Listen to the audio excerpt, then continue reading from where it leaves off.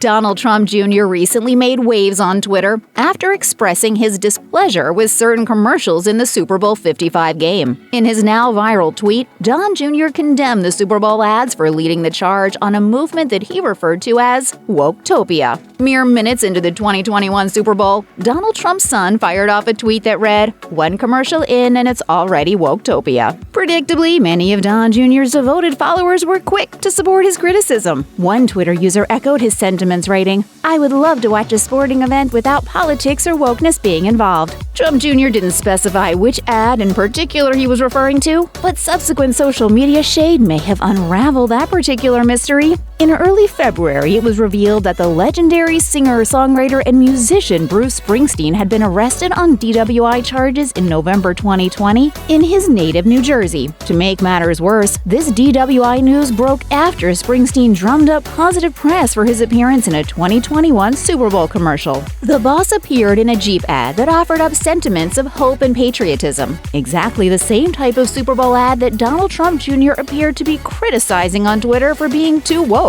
Upon hearing of Springsteen's recent DWI arrest, Don Jr. quickly took to the internet to air his grievances. He tweeted, "Wow, glad Springsteen's doing phony preachy car commercials during the Super Bowl." He then fired off yet another tweet that read, "Was he in a Jeep?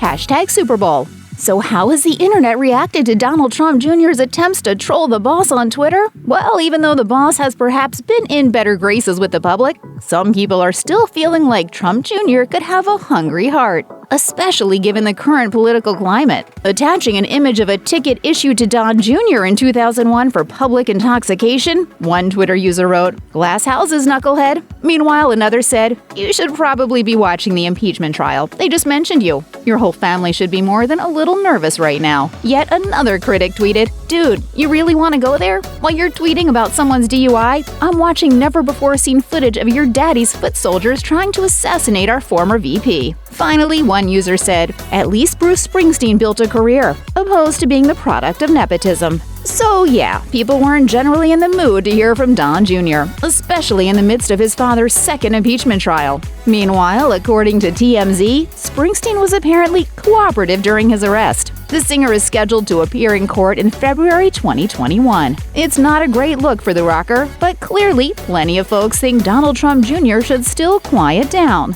Still, that doesn't mean the boss is off the hook entirely. Indeed, many people were less than thrilled with the classic rock singer's Jeep commercial to begin with. Springsteen, who performed at President Joe Biden's inauguration concert, rarely appears in commercials or makes splashy on-screen appearances. And judging by the reception his Super Bowl ad received, maybe it's better that way. The New York Post described the 2-minute TV commercial entitled The Middle as tone-deaf. The ad features Springsteen driving a 1980 Jeep CJ5 to a chapel in Kansas, where he finds the exact center of the lower 48. The singer then calls for unity, hoping people can find the middle ground between red and blue. Obviously, this message didn't sit well with many, as one Twitter user summed up, "The more I think about the Bruce Springsteen Jeep ad, the more disgusted I get. It's allegedly a call for unity, but it is drenched in a very particular culture's iconography, a Christian church, that superimposes the cross on the U.S. flag. Farms, rural living, the kind of unity designed to comfort."